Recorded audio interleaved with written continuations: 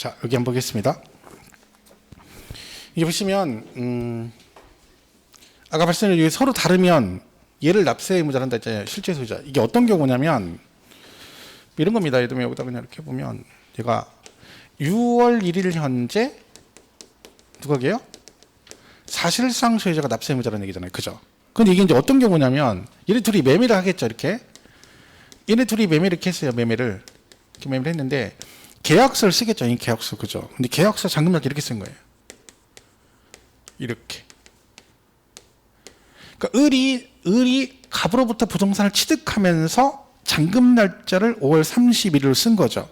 자, 그럼 여기서 중요한 게 뭐냐면 이 을이 몇 월 며칠에 실제 소유자가 되느냐가 중요합니다. 왜? 그 날짜 차이에 따라 납세 의무자가 달라지잖아요. 자, 그럼 이 판단할 때 그러면 그냥 무작정 임의적으로 하면 안 되겠죠. 명문화를 시켜야 나중에 문제가 안 생길 거 아니에요. 그럼 얘는 언제를 기준으로 얘가 실제 소유자가 되는지를 파악하냐면 취득세, 취득 시기를 따라갑니다. 취득세. 자, 우리 취득세에서 개인 간 거래 유상승계를 언제를 취득일로 본다? 계약서상의 잔금 지급일을 취득일로 봅니다. 그럼 얘가 지금 5월 31일이 계약서의 잔금 날짜니까 취득세는 얘가 언제 5월 31일에 이걸 뭐 한 걸로 봐요? 얘가 취득한 걸로 보죠. 그럼 얘는 을은 그러면 취득세를 이날부터 60일 안에 신고를 해야 되잖아요.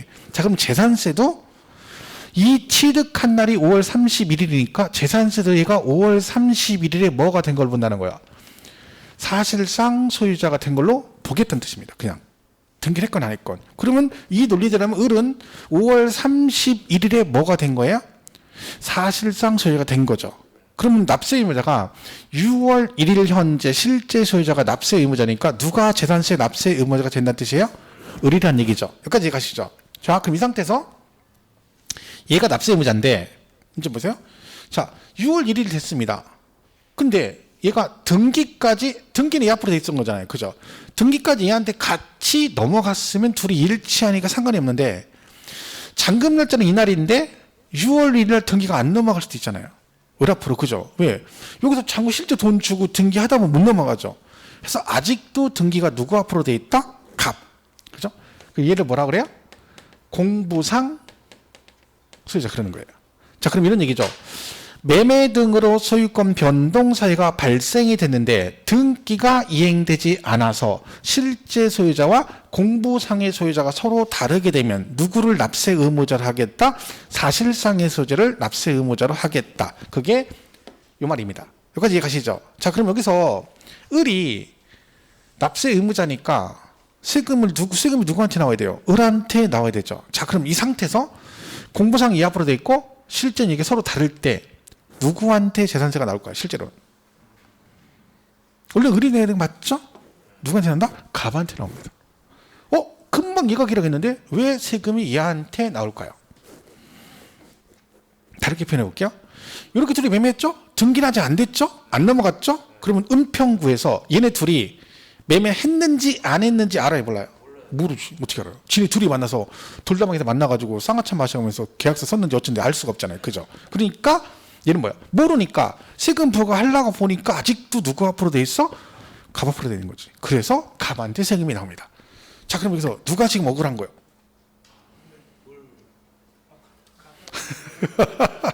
그죠? 누가 억울한 사람 있겠죠? 그죠? 얘가 억울하지. 왜요?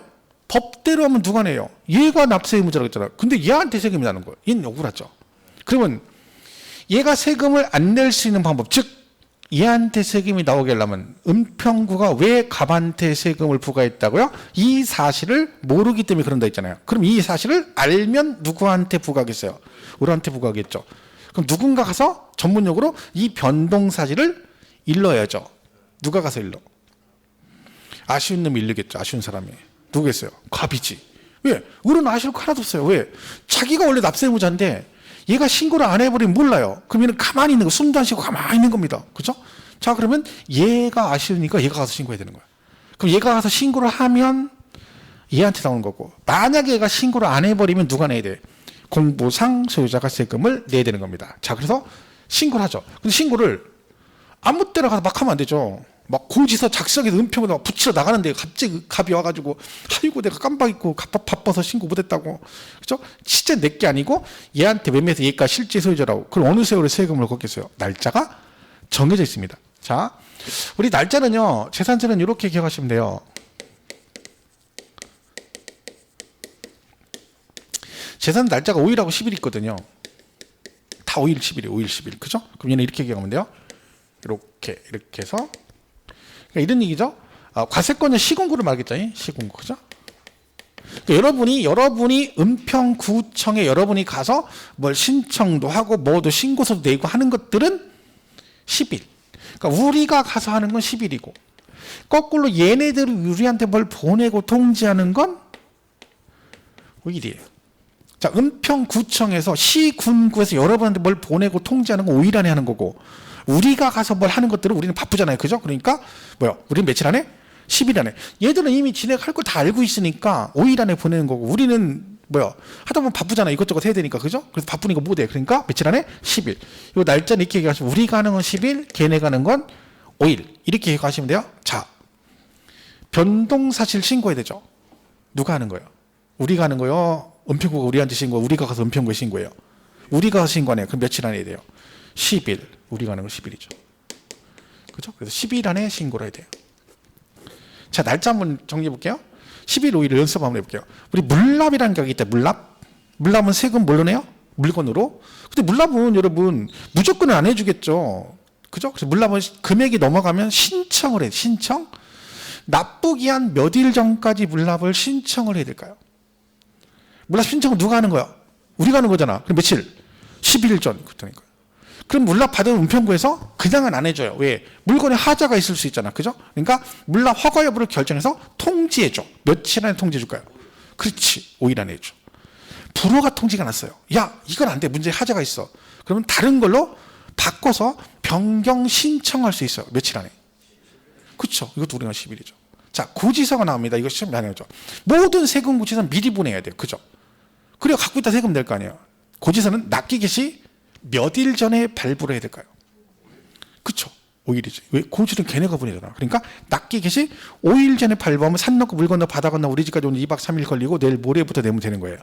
그 날짜는 그래서 10일, 5일은 따로따로 외우지 말고 우리가 하는 건 10일, 걔네가 하는 건 며칠?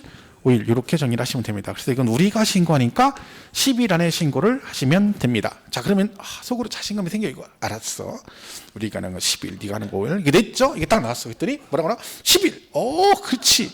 딱 자신감 있게 딱 썼더니 채점 보니까 땡 틀렸네. 이상하죠? 왜? 책을 찾아봤더니 뭐라고 돼 있어? 10일. 이상하죠? 그리고 어떻게 옆에 언니한테 물어봐야죠? 언니가 뭐라 그래요? 희한하다는 거예요. 언니가 희한하대. 왜? 제가 찾아본 책에서 10일이래. 답이 틀렸대. 그러니까 둘이 손부잡고 저한테 오셔가지고 뭐라 그래? 선생님, 이게 찾으면 10일인데 왜 틀렸을까요? 언제로부터 10일일까요? 그죠? 언제부터 10일이 있을 거 아니야? 여기부터예요. 이걸 뭐라 그래요? 과세 기준일이라. 그죠? 이는 과세 기준일로부터 10일 안에 신고를 해야 됩니다. 자, 이걸 뭐라 그래요? 사유 발생일로부터 10일, 납기 개시일로부터 10일. 이래버리면 여러분, 내 눈은 누구만 보여? 너만 보여. 너가 누구요? 10일. 날짜만 보여, 날짜만. 얘는 안 보여. 다 똑같잖아요. 사람 심리가 숫자가 중요하다고 생각했기 때문에 숫자 외운 게 있는데 걔가 딱 보이면 걔가 눈에 확 들어와요. 그럼 다른 건 눈에 안 들어와요. 어차피 나는 얘한테 꽂혔어. 이미 꽂혔기 때문에 얘만 보이는 거야.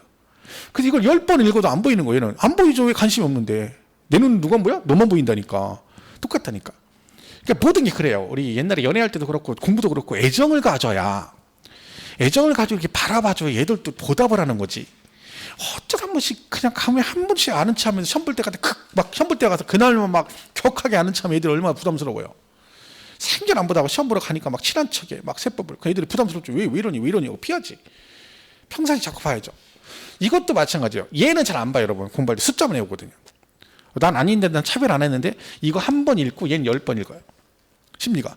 과세 기준일, 그 다음에 우리가 하는 건 10일, 우리가 시간 걔는 이런 거. 그럼 얘는 10번 봐서 얘가 먼저 보이지. 그러니까 당연히 시험 볼 때 얘가 먼저 보이지. 그래서 되게 많이 틀리는 거예요. 그래서 문제를 풀어야 되는 거지. 그래서 우리가 만약에 공부할 때 이거를, 자, 얘는 며칠 안에 변동 신고해야 돼요? 그러면 10일. 그러지 말고 과세 기준일로부터 12 이렇게 습관을 들여야 나중에 문제 풀 때 어떻게 읽어요? 과세 기준일로부터 이렇게 읽으면 사유 발생일 틀렸네 이렇게 가는 거지. 왜냐면 제가 하는 얘기는 너무 숫자도 중요하지만 그 숫자에만 막 너무 하면 안 된다는 거죠. 걔들이 뻔히 알거든요. 얘들이 숫자 외운다는 걸. 그러면 그 앞쪽에 있는 걸 막 바꿔버리는 거예요. 그죠? 이거 나중에 문제 많이 풀 거예요, 여러분. 실제로. 그러니까 그때 풀다 보면 이제 날짜는 외워지고 그럼 여기도 틀리는구나. 여기도 조심해야 되구나. 이렇게 하는 거지. 그러면서 이렇게 실력이 쭉쭉 늘어나는 거니까. 그죠? 자, 그럼 정리하면 매매 등으로 소유권 변동 사유가 생기는데 등기가 이행되지 않아서 실제 소유자와 공부상의 소유자가 서로 다르게 되면 누구를 사실상의 소유자를 납세 의무자를 한다. 근데 세금은 누구한테 나온다? 공부상 소유자한테 나온다. 그래서 얘는 뭘 해줘야 된다? 신고를 해줘야 된다. 며칠 안에 과세 기준일로부터 10일 안에 신고하면 실제 소유자가 되고 신고를 안 하게 되면 공부상 소유자가 세금을 낸다. 이런 뜻입니다. 자, 그럼 이제 계약서를 쓰다 보니까 이렇게 쓸 수도 있죠. 6월 1일로 썼어요. 그러시죠? 장문별 계약 쓰다 보면 그래서 이렇게 된 거야. 둘이 매매를 했는데 을이 6월 1일에 잔금을 주겠다고 계약서를 썼어요. 자, 그럼 이때 잔금자가 6월 1일이면 이때 재산세 납세 의무자는 누굴까요? 누가 될까요? 갑과 을 중에. 그럼 여러분 되게 복잡하게 생각해보면 여기 아까 제가 이거 설명했었잖아요. 이것도 생각해보면 되지. 이날이 계약서 잔금 날짜면 5월 30일에 취득한 걸로 보니까 이날 실제 소유자가 된 걸로 본다겠죠. 그러면 계약서 잔금 6월 1일이면 6월 1일에 누가 을이 이번에는 6월 1일에 뭐가 됐다는 거야. 사실상 시효가 됐던 얘기잖아요. 그럼 여기 뭐라고 돼 있어요? 6월 1일 현재 사실상 소유자가 납세 의무자입니다. 그럼 6월 1일까지는 누가 낸다는 거야? 을이 누구요? 을을 우리가 양수인이라 합니다. 양수인 즉 매수. 얘를 뭐라 그래요? 양도인 즉 매도라고 합니다. 그러면 이거는 이 무슨 6월 1일까지 누가 낸다는 거야? 매수가 재산세 납세 의무자가 된다는 얘기죠. 그럼 만약에 여러분이 올해 내가 부동산을 취득할 계획이 있다. 근데 날짜를 5월 말, 5월, 6월 이쯤에서 만약에 매수할 계획이 있으면 여러분이 사는 입장이면 올해 재산세 안 내려면 계약서 잔금 날짜를 언제로 가야 돼요? 6월 2일로 가야 되는 거야. 이해가시죠? 근데 팔 사람은 죽으나 사나? 6월 1일까지로 가야지. 왜? 6월 1일 기준으로 6월 1일 전까지는 6월 1일까지 누가 내고 매수인이 내고 6월 이후는 매도인이 세금을 내니까 내가 매도냐 매수냐에 따라서 잔금 날짜 규정을 잘해야 되는 거죠. 왜? 하루 차이로 납세 의무자가 달라집니다. 이건 어쩔 수 없는 거. 법 기준이 6월 1일 기준이니까. 그죠? 그러니까 나중에 이렇게 쓰다 보면요. 계약 쓰다 보면 거기 날짜에 민감한 사람이 있어요. 31일, 뭐 1일, 2일 막 왔다 갔다 하는 사람이 있죠. 그 사람들은 뭘 하는 거예요? 아니까 이걸 안 하려고 재산세 얘기하려고 하는 거지. 근데 모르는 사람들은 뭐 그래요 1일이나 2일이나 뭐 하루 정도 뭐 계약서는 별거없죠 이렇게 쓰주는 거예요. 그리고 나중에 재산세 제가 내고 막 이러는 거죠. 그죠? 6월 1일까지 누가 낸다고? 매수, 양수인이 내고 6월 1일 이후는 매도인이 세금을 낸다. 그래서 요 내용이 그런 내용입니다. 이 실제 소유자라는 미리. 그죠? 그래서 이거를 요즘에는 워낙 근데 공부하시는 분이 많아가지고 이거 다 압니다. 중개업자는 그럼 이런 걸 얘기해 주면 될까 안 될까요? 현업 내가 중개하는데 매매했어. 그랬더니 요때 걸렸어. 그러면 매도매수 불러놓고 이걸 그림 그려가면서 설명해 주면 된다 안 된다? 절대 안 되죠. 얘기하면 안 돼요. 왜? 얘기했다 그러면 나 오늘 복비 받을 날인데 중개사 수리 받는데 오늘 끝나요. 계약 파기될 수도 있어요. 서로 싸워가지고 억울한 사람이 생길 거 아니야. 그죠? 이런 매수 같아. 뭐 이런 매수라고 해봐. 나 이제 계약서 잔금 썼는데 6월 1일 써가지고 나더러 재산세 오래 거대래. 열받죠. 그죠? 매도도 반대 입장이 될 수 있고. 그러니까 여기 걸리면 싸우지. 모른 척 하는 게 좀 모른 척하고.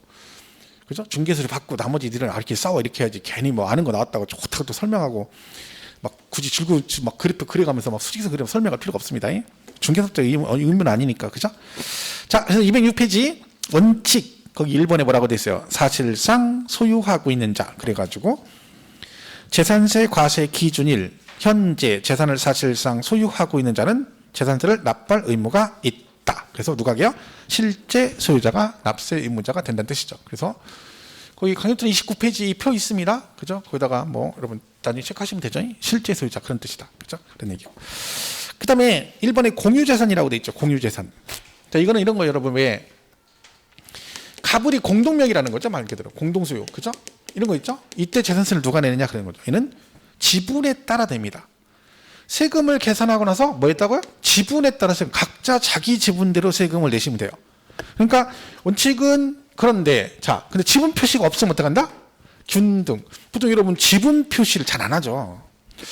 일반적으로 공동명의는 누구랑 공동명의 많이 합니까? 일반적으로? 부부지간에 많이 하죠. 부부지간에. 그럼 제가 와이프하고 공동명의 할 때 제가 와이프한테 만약에 이랬다 쳐봐요. 세상이 아무리 좋아져서 남녀 평등 시대지만 그래도 나는 하늘이고 당신은 땅인데 5대5가 가장 길하냐? 내가 51, 당신이 49 이렇게 하자. 그럼 우리 와이프 성격 같으면 알았어 해놓고 나중에 보면 와이프 단독으로 갈 확률이 되게 높습니다. 야, 공동 됐고 그냥 내 이름으로 갈게. 그럴 확률이 되게 높아요. 그럴 때 가만히 있는 게 좋지. 그럼 가만히 있으면 어떻게 돼? 공동명의 올라가겠죠? 그 이름 누구 앞으로 가겠어? 그래도 내가 세대주니까 제 이름이 먼저 가고 와이프는 왜 1인으로 가겠지? 그죠? 그럼 그렇게 해서 지분 표시 안 하면 표시가 없잖아. 그럼 세법 어떻게 봐? 그쵸. 그럼 5대5 가는 거야. 가만히 있는 게 장땡인 거지. 괜히 꺼내가지고 말 꺼내면 골치 아프죠. 그죠? 그래서 지분권자가 되는데 지분 표시 없으면 어떡한다고요? 균등. 똑같은 거로 본다. 그죠? 이렇게 되는 거죠. 그래서 거기 양가로 1번에 공유재산인 경우. 그랬죠? 이 뭐라고 됐어요? 그 지분에 해당하는 부분하고 가로 안에 지분 표시가 없으면 균등한 거로 본다. 해서 지분권자를 납세 의무자라 본다. 그래서 각자 자기 지분들 6대3, 6대4. 7대3이면 7대3 내면 되는데 표시가 돼 있으면 없을 때는 무조건 똑같은 거로 보겠다. 그 뜻입니다. 양가로 2번은 아까 이거예요, 여러분. 주택인데 이렇게 된 거지.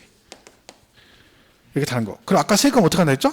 두 개를 합한 과표에 세율을 적용해서 세금을 계산하고 얘가 만약에 50만 원이 나왔다. 그럼 어떻게 한다 했죠? 이거를 둘이 나눠서 낸다. 근데 한꺼번에 계산했잖아요. 그럼 이걸 나눠야 되잖아요. 나중에 좀 자세히 배우는데 그러면 이 50만 원을 값을 어떤 식으로 나눠내느냐? 이걸 나중에 배워요. 우리 안분이라는 게 있어요. 안분. 안분은 뭔가 구분이 안 될 때 어떤 일정한 기준을 가지고 그 비율에 따라 나누는 걸 안분이라고 그래요. 그럼 얘는 보통 뭘 가지고 안분하냐면 우리 세법에서 안분이란 말 나오잖아요. 그럼 전부 다 거의 대부분은 금액을 기준으로 금액 비율로 나눠요. 그리고 그 금액이라는 게 똑같이 일률적으로 적용하려면 그 금액이 항상 존재를 해야 되죠. 그때 금액이 뭐냐면 공시가격이에요. 공시가격을 가지고 나눠요. 비율로. 그러면 우리 지방세는 공시가격을 뭐라고 부르냐면 시가 표준액이라고 해요. 그러면 얘는 뭐다? 시가 표준액 비율로 나눠서 내는 거야. 그럼 예를 들면 이 건물의 시가 표준액이 3만 원이고요. 토지의 시가 표준액이 공시가격이 2만 원. 이건 있을 거 아니에요. 왜? 정부에서 공시한 거니까. 그럼 세금 이런 식이면 어떻게 낸다는 거예요? 예를 들면 50만 원 나왔죠. 그러면 값은 어떻게 내는 거예요? 값은 50만 원인데 이거를 뭘로 한다고요? 시가 표준액 비율로 안분한다는 거예요. 비율에 따라 비율대로 나눈다는 얘기죠. 그럼 우리 비율로 안분을 어떻게 하냐면 시가 표준액으로 안분하세요. 그러면 그 시가 표준을 다 더하죠. 그럼 전체 중에 얼마 이렇게 가는 거잖아요. 그럼 얘가 두 개 더하면 전체가 얼마야? 5만 원이죠. 그럼 얘는 값은 시가 표준 전체 5만 원 중에 건축물의 시가 표준이 얼마야? 3만 원이잖아. 그럼 5분의 3이에요. 간단하죠. 그럼 5만 원이니까 5분의 3이잖아. 그럼 얘가 5분의 3 내고 을은 5분의 전체 5 중에 을은 뭐야? 토지 2잖아. 5분의 2. 이런 식으로 안분해서 냅니다. 그죠? 그래서 토지 건물 소유자가 달라도 주택은 한꺼번에 세금을 계산해서 그거를 뭐 한다? 안분해서 내는 거지 따로따로 계산한다 그러면 안 된다 그랬잖아요. 그래서 거기 양으로 2번이 주택의 건물과 부속 토지 소유자가 다를 경우 그래가지고 뭐라고 돼 있어요? 그 주택에 대한 산출세액을 건축물과 그 부속 토지 그 다음 뭐라고 돼 있습니까? 시가 표준액 비율로 안분 계산한 부분에 대해서 그 소유자를 납세 의무자한다. 거기 그 얘기입니다. 그래서 요 내용을 잘 보시면 되죠. 그 다음 양가로 3번이 올해 개정사항이에요, 여러분. 신탁재산. 그죠? 요 개정된 거죠. 그러니까 원래는 얘가 뭐 이렇게 안분이고요. 이거 원래는 수탁자였어요, 수탁자. 올해부터 뭘로 바뀌었어? 위탁자로 바뀌었어요. 위탁자. 그러니까 시험에 나오면 얘는 뭐 나온다고 봐야죠. 근데 이게 25회 때인가? 그때 원래 얘가요. 이게 이 얘기잖아요. 이렇게 해서 얘가 재산을 신탁했어요. 그럼 얘를 뭐라 그래요? 위탁자라고 얘를 수탁자라고 하잖아요. 얘를 수탁자. 그죠? 이 얘기거든요. 근데요. 얘가 A, B라는 부동산 가지고 있다 이렇게 신탁을 해서 명의가 을 앞으로 넘어가 있는 상태예요. 그죠? 그러니까 올해까지 작년 2020년도까지는 얘가 납세 의무자였어요. 근데 올해 개정돼서 누가 겨? 위탁자가 납세의무자예요. 원래 얘가 위탁자였어요. 계속 위탁자로 오다가 25회 때 법이 개정돼서 수탁자로 바뀌었다가 다시 이번에 위탁자로 또 바뀌었어요. 그러니까 이게 막 법이 이제 지금 투기 때문에 부동산 투기 때문에 자꾸 이거 바꾸는 거예요. 그죠? 얘를 납세의무자라니까 얘가 재산을 사가지고 다 지 앞으로 안 하고 다 신탁을 해버리는 거예요. 신탁을. 그죠? 그러니까 본인 명의로는 등기가 안 돼 있는 거잖아. 다 왜? 신탁했으니까. 근데 이게 신탁재산은요, 얘네들이 신고해서 아직 신고 안 하면 파악하기 힘들거든요. 이런 식으로 하니까, 그리고 법적 납세의무 예로 돼 있어요. 수탁자로. 그죠? 얘가 이제 예로 돼 있으니까 얘가 아무런 법적 납세의무 없는 거예요. 그래서 이걸 바꿔버렸어요. 네가 이제 법적인 납세의무 다시. 그러니까 명의가 얘 앞으로 됐어. 네가 납세의무자고. 그럼 근데 등기는 얘 앞으로 돼 있잖아요. 그죠? 옛날에는요, 왜 이거 여기다 바꿨냐면, 얘를 납세의무자니까 얘가 세금을 안 내잖아요? 체납하자. 압류해야 되죠. 얘 앞으로 재산이 없는 거야. 왜? 여기 돼 있잖아요. 그러니까 명의가 얘 앞으로 있으니까 여기를 체납을 해서 압류를 해야 되는 이걸 못 하는 거예요. 법적인 근거가 없으니까. 그래서 법을 바꿔서 수친탁재산 네가 납세의무자 그런 거죠. 그럼 얘가 실제 주인이니까 세금을 안 내버리면 법적으로는 얘로 돼 있으니까 여기다 뭐 할 수 있어? 압류할 수 있거든요. 그죠? 이렇게 바꿨는데 다시 요리 간 거지. 그럼 또 문제가 뭐예요? 옛날처럼 얘 앞으로 됐는데 얘가 명의 얘 앞으로 안 돼 있잖아. 그럼 얘는 법적인 납세의무 묻잖아요. 그래서 이번에 법을 바꾸면서 이거 추가한 게 있어요. 얘도 이 수탁자도 얘가 세금을 안 내버리면 얘가 뭐다? 요 세금에서 물적 책임을 져야 되는 그런 식으로 지문을 하나 만들었어요. 추가로. 뒤에 가면 나중에 배워요. 그래서 어쨌든 여기서는 뭐다? 누가 기다? 위탁자가 납세의무자가 됩니다. 올해 개정사항이니까 제목만 기억하면 돼. 사실은요. 왜? 시험은 뭐라고 나와요? 수탁자냐? 위탁자 이것만 물어볼 거 아니야. 그럼 개정됐으니까 뭐라고 해야 돼? 위탁자 그래야 되는데요. 근데 우리 교재는 수탁자라고 돼 있죠? 206페이지. 그거 고쳐야 되죠? 3번에 위탁자별로 구분된 재산에 대해서는 누구를? 그 수탁자 아니고 뭐요? 위탁자 이렇게 고치시고 왼쪽에 주의에도 주의라고 돼 있죠. 왼쪽 참고에. 신탁재산 그래서 뭐라고 돼 있어요? 수탁자라고 돼 있죠? 그것도 뭐라고 고쳐요? 위탁자. 지금 고치셔야 돼요. 나중에 안 고치면 또 이걸 수탁자로 꼭 외우시면 안 돼요. 개정사항이니까. 물론 나중에 뭐 개정사항 계속 정의를 따로 해드리겠지만 그래도 잘 보시고. 다 고치셨죠? 그리고 제일 밑에 그 마지막 줄에 보면 과세 기준일 현재 소유자라고 돼 있죠. 그 표 안에. 과세 기준일 현재 재산세 과세 세상 물건 소유권이 양도 양수되면 아까 뭐라고요? 6월 1일 현재 양도 양수되면 누구? 양수인, 매수인이 납세 의무자가 된다. 도인이가 아니고 누구? 수인이. 도인이 수인이 남매지간이네. 누가 여자 같아요? 수인이가 여자 같잖아요. 수인이가 여자. 그죠? 수인. 저는 남자를 안 좋아합니다. 그죠? 양수인, 수인이. 작년에는 어떤 학원에 이름이 수인이가 있었어요. 그래가지고 그 학원은 안 틀려, 걔를. 왜? 내가 강의하는데, 선생님, 여기 얘가 수인이에요. 그러는 거. 오, 수인이? 우린 이건 안 틀리겠는데, 진짜 수인이 안 틀려요. 왜? 그거 할 때마다 뭐래요?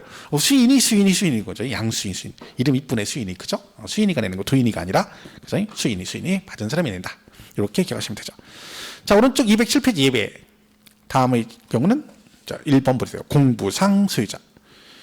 공부상의 소유자가 매매 등의 사유로 소유권이 변동되는데, 아까 우리 변동되면 신고하라겠죠? 며칠 안에? 과세 기준으로 10일 안에 신고하면 실제 소유자, 안 하면 누가 내야 돼요? 안 하면 공부상 소유자가 실제 소유 알 수 없으니까 누가 내야 돼요? 공부상 소유자. 그 얘기죠. 자, 이번에 주된 상속자는 뭐냐면, 이런 거예요. 여러분, 상속이 됐어. 돌아가신 거죠? 근데 아직 등기를 못 했어요. 각자 본인 앞으로. 그럴 수 있죠. 왜냐면 상속 재산 파악도 해야 되고 상도 치러야 돼요. 그래서 아직 각자 등기가 돼 있으면 각자 세금을 내면 되죠. 근데 등기가 아직 안 돼 있어요. 그러면 등기는 못 했다 쳐요? 그러면 이미 상속 재산 분할돼 있으면 등기만 안 한 거고 실제 소유자가 결정돼 있으면 가서 실제 소유자 신고를 하면 돼요. 그러면 실제 소유자가 내면 되죠. 근데 이것도 아직 못 한 거야, 둘 다. 왜? 지금 상치료는 사무제 이제 끝났어. 근데 6월 1일 되니까 세금 내라. 그러니까 뭐야? 야, 아직 등기 못 했고. 그럼 신고라서 이것도 아직 못 했어. 그러니까 좀만 기다려. 상 끝나면 내가 차례 상 잘 치르고 깔끔하게 정리되면 세금 딱 낼게. 그러면 양평구에서 은평구에서 그래. 아, 그래요? 그럼 상 잘 치르시고 결정되면 꼭 내주세요. 그래요? 어림도 없습니다. 그 네 사정이고 그런 거죠. 그럼 누가 내? 네가 내. 네가 누군데? 얘죠. 얘가 누구예요? 주된 상속자입니다. 주된 상속자는 지분이 가장 높은 자를 말합니다. 제일 많은 사람 있죠. 그러니까 이건 잘 보세요. 등기했으면 얘가 내는 거예요. 각자 등기는 안 했지만 뭘 했어? 아직 등기는 못 했지만 실제 소유자 신고하면 걔가 내는 거예요. 둘 다 안 하면 얘가 내는 거예요. 그죠? 그건 조심해야 되죠. 그때 얘가 누구라고요? 주된 상속자. 얘가 누구라고요? 지분이 제일 높은 사람을 말합니다. 근데 지분 높은 사람 2명 이상이다 그러면 연장자가 냅니다. 연장자. 그런데 연장자. 그죠? 교재 잘 보세요. 거기 양가로 2번 207페이지. 주된 상속자 그랬죠. 상속이 개시가 됐는데 잘 보세요. 등기도 안 하고 신고도 안 하면 누가 낸다? 주된 상속자. 둘 다 안 했을 때. 그래서 그 밑에 주된 상속자 기준이 나옵니다. 행안부에 정하는 주된 상속자란 민법상 상속 지분이 가장 높은 사람으로 하되 상속 지분이 가장 높은 사람이 2명 이상이면 그중 나이가 가장 많은 사람으로 한다. 이런 때만 연장자 대우하는 거죠. 그죠? 평상시 하나 밥값 낼 때하고 세금 낼 때만 연장자라네. 자, 그러면 새쌍둥이다. 옛날에 대한민국 마세 그죠? 송정국이 아들님이 새쌍둥이잖아. 그럼 걔가 누가 내? 지분 똑같으면 대한이. 걔가 새쌍둥이 제일 고령자가 대한이죠. 제일 큰 형, 그죠? 그럼 걔가 내는 거예요. 그래서 없으면 연장자다 이렇게 되는 거죠. 자, 양가로 3번은 종중재산의 공부상 소유자. 여러분 이거 있죠? 왜 그 종중선산인데 종중 건데 명의가 누가 앞으로 했어? 종손인 개인 앞으로 된 거 있거든 실제로 그죠? 그러면 이 종중재산은 실제 주인 누구예요? 종중이죠. 근데 명의는 공부상 종손 앞으로 돼 있는 거죠. 그럼 얘는 뭐야? 가만히 있으면 공부상 소유자 앞으로 나오지만 종손이 이제 내가 안 낼 거야. 그래가지고 은평구에 가서 이게 우리 종중 거라고 신고하면 누구한테 나가? 종중한테 나가겠죠. 지금 이 질문은 뭐예요? 공부상 개인 등의 명의로 등재되어 있는 실제는 종중 재산인데 뭘 안 했다고요? 신고를 하지 않았대. 그럼 알 수 없죠? 그때 누가 낸다? 공부상 소유자. 시험을 뭐라고 냈어요? 종중 신고하면 그때 뭐라고 해야 돼? 종중 그래야죠. 과거 시험에 뭐라고 나겠어요? 종중 수임을 신고한 경우에도 공부상 소유자를 납세 의무자란 땡 틀렸죠. 그런 식으로 나옵니다. 보시고. 자, 그럼 4번은 매수계약자인데 이는 뭐냐면 이렇게 건물이 있어요. 자, 이 학원 건물이 국가 거예요. 은평구 국가나 은평구 소유 건물이다. 만약에 은평구청 거예요 이거를. 근데 여러분이 은평구랑 계약을 했어요. 뭐라고? 이거를 뭐겠다고? 산 거지. 사겠다고? 산 건 아니에요. 사겠다고 뭐만 했어? 계약만 했어. 그럼 나를 뭐라고 그래? 매수 계약자. 말 그대로 사겠다고 계약만 했어. 그럼 여러분이 만약에 이 은평구 건물인데 학원 건물을 은평구한테 사겠다고 계약만 했는데 이 갑한테 재산세를 내라는 거예요. 말이 안 되는 얘기잖아요. 왜? 내 것도 아니고 산 것도 아닌데 왜 나더러 세금을 내래? 이유가 있겠죠. 자, 얘네들이 여러분이 무슨 계약을 했냐면 은평구랑 이 계약을 했어요. 연부 계약을 체결했어. 그럼 연부가 뭐예요? 돈을 얼마 만에 한 번씩 주는 거예요? 그렇죠. 1년에 한 번씩이죠. 은평구 이 건물이 100억인데 이거를 5년 동안 1년에 20억씩 이런 식으로 계약을 한 거죠. 그리고 나서 이 5년 동안 여러분이 이 건물을 사용하는 거예요. 돈 내고 안 내고. 안 내고 공짜로. 그럼 이게 무슨 뜻이에요? 이 건물이 아직은 은평구 소유고 여러분이 산 건 아니고 계약만 했고 그것도 5년간 1년에 20억씩으로 계약을 하고 돈을 주고 있는 상태인데 내 것도 아닌데 그 5년 동안 여러분이 여기서 학원도 하고 하면서 월세 한 푼도 안 내고 공짜로 쓰는 얘기지. 그러니까 소유권은 얘 건데 연부하고 그 계약 기간 동안에 네가 공짜로 쓰니까 세금은 누구도 내라? 네가 내라는 얘기죠. 네가 누구야? 매수 계약자. 그럼 여기서 중요한 건 뭐겠어요? 이 조건 3개가 동시 충족이 돼야 됩니다. 그러니까 만약에 법인과 연부, 무상 그러면 법인이 내는 거고 일반 매매 계약 그러면 안 되고요. 그 다음에 유상이면 무슨 뜻이에요? 내가 월세 따박따박 내고 쓰고 있다는 얘기잖아. 그럼 내가 세금을 낼 필요가 없지. 그래서 뭐다? 국가 걸 내가 공짜로 썼으니까 뭐 한다? 내가 세금을 낸다 그런 얘기죠. 나중에 비과세 배울 때 뭐가 있어요? 거꾸로. 국가 걸 내가 공짜로 썼더니 날더러 내려요. 그러면 내 거를 국가 등이 공짜로 쓸 수 있죠. 그죠? 그럼 세금 누가 내야 돼? 국가 걸 내가 공짜로 쓰니까 날더러 내려요. 그러면 내 거를 국가 등이 공짜로 쓰면 국가가 내겠지. 근데 국가 등은 뭘 받아? 비과세. 그죠? 그래서 비과세가 나는. 그 뒤에 가면 비과세, 개인 국가 등이 내 토지를 1년 어떻게 썼다 그러면 비과세. 그게 같이 맞물려 가는 겁니다. 어쨌든 여기서는 세 개 동시 충족이 되면 매수계약자. 그럼 나중에 이제 여러분 이게 숙달되면 어떻게 문제 풀게요? 숙달되면 거기 4번 있죠. 양가로 4번 209페이지 207페이지. 국가 지자체 조합과 재산세 과세 대상 재산을 무슨 계약을 하고요? 연부 계약을 체결하고 그 재산세를 무상으로 받으면 매수 계약자를 납세 의무자로 본다. 그럼 나중에 공부되신 뭐라고 해요? 이게 나오면 이렇게 해요. 국가 연부 무상 매수 계약자 이렇게 읽어요.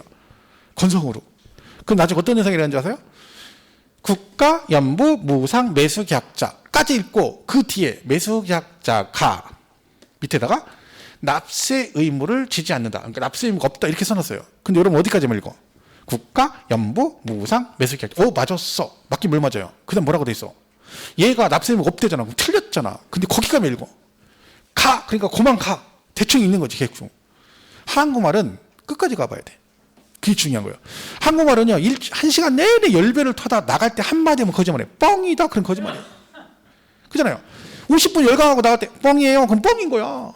마지막 말이 중요한 건 마지막 말이 그죠? 얘도 그렇잖아요. 여기서 얘까지는 맞아. 근데 이거 아니래잖아. 그럼 틀린 거잖아요. 근데 이걸 대충 읽어.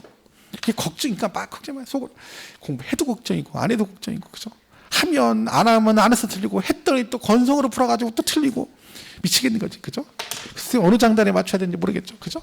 연습을 해야 되네. 그죠? 그래서 그걸 좀 조심해야 됩니다. 그래서 국가 연부 무상 그러면 매수 계약자 이렇게 보시면 되고요.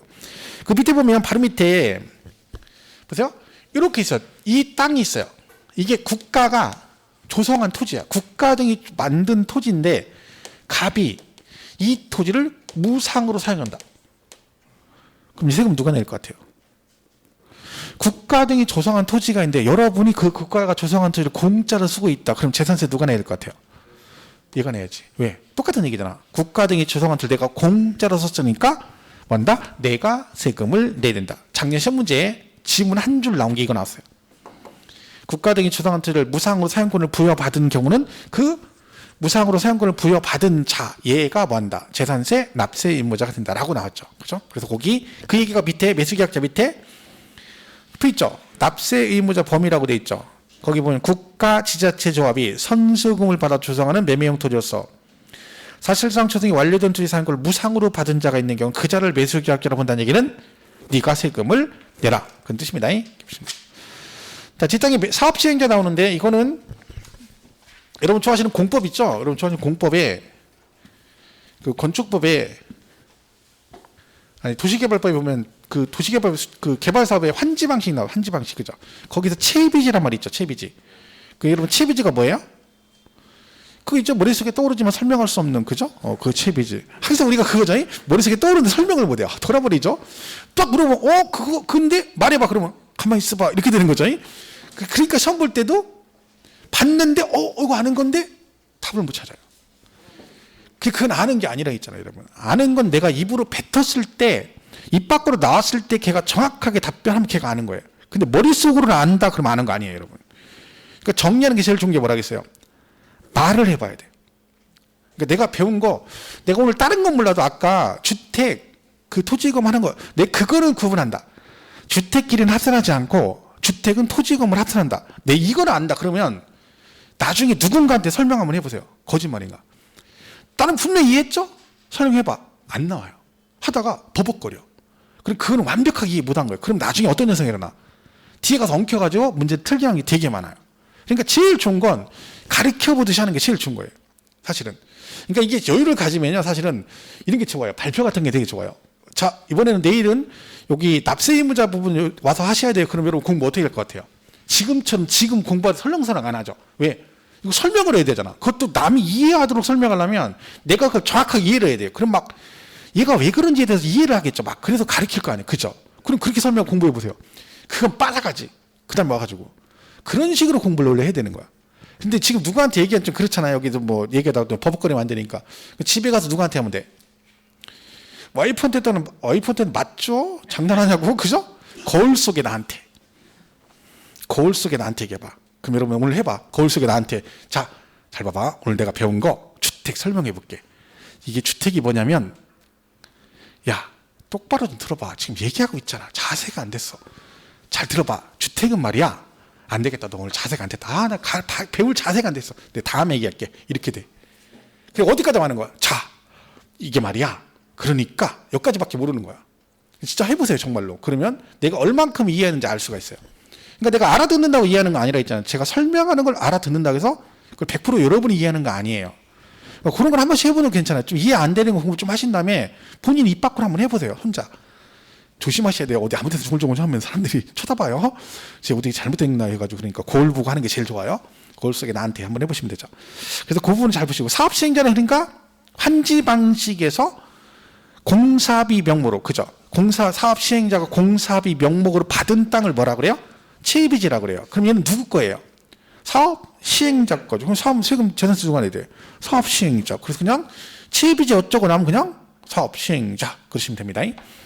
6번 수입하는 자는, 이거는 뭐 선박 항공 임차인데 별 중요한 건 아닌데, 외국인 소유, 그걸 해석하면요, 외국인 건데 여러분이 임차하여 수입한대. 그러니까 선박을 여러분이 빌려, 그죠? 와서 들여오는 거죠. 그래서 가지고 있어. 그럼 세금 낼 사람은 누구겠어요? 등장인물이 외국인하고 수입하는 자 둘밖에 없어. 그럼 재산세는 누가 내겠어? 수입하는 자가 내겠죠. 뭐 신경 쓸 거 없고요. 자, 7번의 사용자는 이게 뭐냐면요, 그러니까 갑을이 서로 이제, 갑이 원래 건물 주인인데 을이 나타나가지고 지 거라 우기는 거야. 말도 안 되는 얘기를 하는 거죠. 그러니까 이 사람 이성적으로 선은 이렇고 훌은 이렇고 자근자근 설명했더니 얘가 말귀를 못하고 계속 안 되겠다. 치고받고 싸웠는데 그래도 안 돼. 마지막에 뭐요? 알았어. 그럼 뭐요? 법대로 해. 그래서 소송이 걸렸어요. 소유권 분쟁이 생겨서. 자, 근데 6월 1일이 된 거예요. 아직 판결이 안 났어요, 법원에서. 근데 6월 1일 됐어. 세금 내래. 그럼 은평구 세금 내려. 그럼 뭐라고 그래, 가서. 야, 우리 지금 재판 중이라 판결 안 났어. 그러니까 좀 기다려봐. 확정 판결 나면 세금 낼게. 은평구에서. 아, 그러세요? 그러면 나중에 확정되면 천천히 꼭 내주세요. 그래요? 아까 뭐라 해서, 아까 돌아가셨는데도 뭐라 그래? 슬픔은 이해하지만 그래서 세금은 네가 내야 돼. 네가 누구? 죄된 상도. 이런 판에 이걸 봐주겠냐고. 어림 짝도 없어. 그래서 어떻게? 소유권의 분쟁이 생겨서 아직 판결이 안 나서 이게 실제로 확실치 않다. 그럼 누가 낸다? 사용자가 냅니다. 사용자. 자, 요거는요, 다른 거는 이해를 하면 되는데 요거는요, 외우세요. 이 단어가 나오잖아요. 기속이 분명하지 않다. 그런 거 사용자 이렇게 외우세요. 왜냐면 이거를 이해해버리면 나중에는 틀릴 수가 있어요. 시험을 뭐라고 그랬냐면, 소리가 분쟁이 기속이 분명하자 실제 소재를 알 수 없을 때는 공부상에서 이렇게 돼버려요. 그러면 앞에 공부상 소재가 있었거든요. 그거랑 엉켜버려요. 그래서 틀릴 확률이 되게 높아요. 그래서 얘는 아예 뭐라고 해야 돼요? 기속이 분명하지 않다. 그럼 뭐? 사용자 그냥 이래버리세요. 그래야 안 틀립니다. 그래서 걔는 좀 그냥 무대뽀로 외우는 거죠. 그 왼쪽 참고에도 있죠. 소유권의 기속이 분명하지 않다. 그럼 뭐? 사용자 이런 식으로 바로 외워서 정리를 하시는 게 좋습니다. 그래서 이 납세의무자를 잘, 엄청 중요한데 뭐 문제는 내용이 이게 다예요, 여러분. 늘 게 없어요. 소유권 변동사에 신고 안 했대. 누구? 공부상 소유자. 그죠? 등기도 안 하고 신고도 안 하면 주된 상속자 그랬잖아요. 그죠? 국가연보부상 동시충족이 되면 매수계약자, 채비지 나오면 사업시행자가 공사비 명목을 받은 땅, 사업시행자, 기속이 분명하지 않다. 그러면 사용자 이렇게 보시면 돼요. 이렇게 정리하시면 됩니다. 이게 작년시험에 나온 거예요, 여러분. 국가 선성을 조성하는 매매용 토지 실제 조성이 완료된 토지 사용권을 무상으로 받았대. 그냥 공짜로 썼으니까 누가 내야 돼? 무상으로 받은 자가 세금을 내겠죠. 이렇게 되는 거고요. 그렇죠? 이렇게 보시면 됩니다. 그래서 정리를 해두셔라. 그 교재 보면 그 납세 의무자가 엄청 많이 나와서 뭐 되게 많아요. 작년에 출제됐고, 그죠? 그 문제가 있는 그대로 거기 나오기 때문에 틀릴 게 없어요. 거기 208페이지 있죠? 예제 문제. 208페이지 예제 문제 거기 보면 28회 거죠. 그냥 한번 쭉 볼게요. 틀린 것 그랬죠? 1번 공유재산은 어떻게 한다 했죠? 지분에 따라 된다고 했죠? 근데 지분 표시가 없으면 균등 아까 똑같은 거를 본다 했잖아. 1번 맞고. 2번 소유권의 기속이, 자 기속 그럼 뭐야? 사용자 그냥 가는 대로 공식으로. 3번 국가 등 국가 지자체는 국가 등 연부 무상 국가 연부 무상 매수 계약자 이렇게 되는 거죠. 4번은 공부상 개인 명의로 등재되어 있는 실제는 종중재산인데 종중세금을 신고하지 않으면 모르니까 누가 내야 된다? 공부상 소유자 그랬죠. 5번 보세요. 상속이 개시가 되는데 등기도 이행하지 않고 등기도 안 하고 신고도 안 하면 누구라겠어요? 그렇죠. 주된 상속자 걔가 누구요? 지분이 가장 높은 자를 말하죠. 근데 얘는 뭐라고 돼 있어요? 공동상속이 각자 받았거나 받을 재산에 따라. 이런 거는요, 해석할 필요가 없어요. 그냥 주된 상속자가 답이잖아. 틀린 거지. 그죠? 그걸 풀어놓으면 지분이 가장 높은 자. 이렇게 풀면 돼요. 답이 5번이었어요. 작년 시험은 거기 오른쪽 건데, 이거는 미리 말씀을 드리면 이 문제는 풀지 마시고요. 일단 2번에, 옳은 것은 그랬잖아요. 정답이 1번이죠. 1번으로 돼 있잖아요. 그죠? 이건 답이 없는 거예요. 1번 삭제됐어요. 그러니까 1번 질문 지워주세요. 혹시 풀까봐. 2번에 1번 있죠. 신탁법에 대한 신탁 어쩌고 돼 있죠. 그건 지워주세요. 아예. 법조문이 삭제됐어요. 올해. 왜냐면 아까 신탁재산 있죠. 걔가 납세 의무자가 바뀌면서 이 지문이 의미가 없어진 거죠. 근데 작년 시험 문제 얘가 정답이었거든요. 되게 중요하게 많이 했던 건데 올해 이제 작년 12월 29일에 삭제돼서 올해부터는 이 지문 자체가 없어요. 그러니까 얘는 지금 이 문제도 뭐예요? 옳은 것은 그랬잖아요. 1번이 답으로 돼 있죠. 얘는 이제 뭐예요? 정답이 없는 거지. 정답이 없는 거예요. 그죠? 뭐 수탁자 고의재산 합산하지 않는다. 이게 맞는 얘기인데 이게 삭제됐으니까 보시면 안 됩니다. 그래서 혹시나 2번 풀 때 1번 작년 거니까 또 기출문제 풀다가 괜히 혼자 풀다가 1번 정답으로 나왔으면 이거 외워버리면 골치 아파지는 거예요. 무슨 말인지 이해가시죠? 얘는 삭제돼서 올해부터는 1번 규정이 없다. 그죠? 그래서 얘는 답이 없는 지문이 되는 거예요. 옳은 게 없는 거죠. 그래서 1번은 좀 지워주시고 잘 보시면 됩니다. 자, 그렇게 해서 정리를 하시면 됩니다. 그래서 지금 거기 보면 문제가 여러분 지금 설명해가지고 충분히 풀 수 있어요. 1번이 옳은 거죠. 2번 보세요. 토지와 주택에 대한 재산세 과세 대상은 종합별도 및 분리과세에 대해서 구분한다. 맞아요? 틀려요? 틀렸죠? 왜요? 토지와 뭐래요? 주택에 대한 재산세 대상은 종합별도 분리로 구분한다. 왜 틀렸어요? 주택은 분리별도 종합으로 구분 안 하잖아요. 이는 토지와 관계없다고 했잖아. 이게 틀린 거잖아요. 2번도 국가가 선정을 조성한 매매용토 사실상처리 완료된 재산을 무상으로 받은 자는 재산세를 납부할 의무가 있다 그랬잖아요. 왜? 공짜로 받았으니까 네가 낸다 그랬잖아. 없다. 틀렸잖아요. 4번은 부속토지 경계 불명 아까 뭐라 했어요? 10배. 근데 몇 배래요? 20배. 틀렸죠. 5번 재산세 과세 대상인 건축물의 범위의 주택은 제외한다 그랬잖아. 왜요? 얘는 묶어서 같이 가니까 해당상 없다 그랬잖아요. 이게 작년 문제였어요. 정답이. 그러니까 뭐 우리가 생각했던 것처럼 막 그렇지 않아요. 여러분 충분히 풀 수 있는 문제들이니까 여러분 정리를 잘 하시면 됩니다. 자, 오늘 거는 그거 하나만 다시 정리하고 마칠게요. 그 아까 주택 얘기만 그것만 잘 개념 이해하시면 돼요. 뭐만 잘 기억한다고? 일반 건물하고 이렇게 주택이 있을 때 얘네들 어떻게 한다 했죠? 건축물과 토지, 건물과 토지로 구성되어 있지만 얘네들은 어떻게 한다고요? 얘는 7월 달에 얘는 9월에 따로따로 세금이 나오는데 누구는 주택은 어떤 경우든 이 두 개를 따로 과세하는 게 있다 없다? 없다. 그래서 항상 이 두 개를 합한 과표에다가 세율을 곱해서 세액을 산출한다. 그런데 얘가 뭐가 돼 있어도 이렇게 돼 있다. 그죠? 토지 건물 소유가 다르다. 그래도 어떻게 한다? 두 개를 합한 과세 표준에 세율을 적용해 세액을 산출한다 그랬죠. 그래서 만약에 얘가 서로 다르면 요 나온 세금을 얘네 둘이 나눠서 내는 거죠. 안분해서 낸다. 아까 했었죠. 안분. 뭘로? 시가 표준액별로 안분해서 내는 거지 따로따로 계산은 절대 없다는 거 잘 기억하시고요. 그리고 얘는 뭐라 했어요? 얘는 7월 9월에 세금을 내는데 얘는 그게 안 되니까 그 나온 세금을 반절은 매달 내고 7월 달에 내고 반절은 언제 낸다? 9월에 세금을 낸다. 나눠서 낸다. 근데 얘가 고지서가 2번 나오기 때문에 뭔다? 얼마 이하일 때는 20만 원 이하일 때는 한꺼번에 부가징수 할 수 있다. 더 빨리 매달 달에 7월 달에 한꺼번에 부가징수 할 수 있다. 이 내용 잘 기억하시고요. 그리고 얘는 뭐였어요? 아까 얘는 물건별 과세, 지방세는 물건별, 개별 과세고 예외적으로 합산은 2개밖에 없다. 토지 중에 합산자 들어가는 거 뭐? 별도 합산, 종합 합산만 합산하고 나머지는 합산 없다. 그래서 뭘 기억하시라고요? 이렇게 돼 있을 때 이 주택이 이렇게 2개가 있다. 그죠? 그럼 A주택, B주택 있으면 얘네 주택하고 주택끼리는 합산한다 안 한다? 안 한다. 따로따로 한다. 그죠? 그런데 A주택도 토지 건물 합해서 계산하고 B주택도 토지 건물 합산해서 계산한다. 그죠? 요게 그럼 아까 말씀드린 이거하고 요 얘기만 구분 잘 하시면 오늘은 성공한 거예요. 이거만 확실히 구분할 수 있으면 요 합산한다는 뜻하고 요 말하고는 다르다는 개념만 잘 이해하시면 돼요. 그러면 얘는 잘 기분이 되는 거죠. 그죠? 그 내용을 잘 기억하셔야 돼요. 그 대부분이 재산세 주택 얘기예요, 여러분. 주택. 막 나중에 보면 여기 있죠. 아까 겸용주택 했잖아요. 한동, 항구, 다가구주택, 고급주택 얘기나 별장 얘기는 다 주택 얘기예요. 그러니까 세제는 주택이 주예요. 토지가 주가 아니라 우리나라는.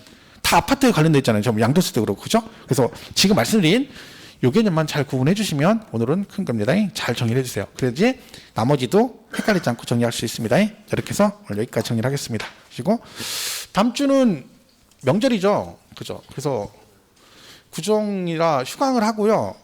그래서 나중에 원장님 말씀 드리시겠지만 3월 1일까지 첫 주까지 할 겁니다. 강의를 8주를 해야 되니까, 그죠? 그리고 그 뒤로 밀려서 가면 뒤에 가면 9주 나올 때가 있어요, 그죠? 그래서 물려서 갈 거니까 일단 진도를 4주를 할 거라서 밀려서 갈 겁니다. 어쨌든 뭐 정상적으로 해서 3월 첫 주까지는 진도를 끝낼 거예요. 그러니까 그렇게 하시고 명절은 휴강이니까 잘 하시고 명절 때 싸우지 마시고 잘 갔다 오시고요. 5인 가족 이상 뭐 저기라는데 가는 거야, 그죠? 근데 신고한다는 사람도 있더라고, 그죠? 조심하시고 건강관리 잘 하시고 다다음 주에 뵙겠습니다. 고맙습니다.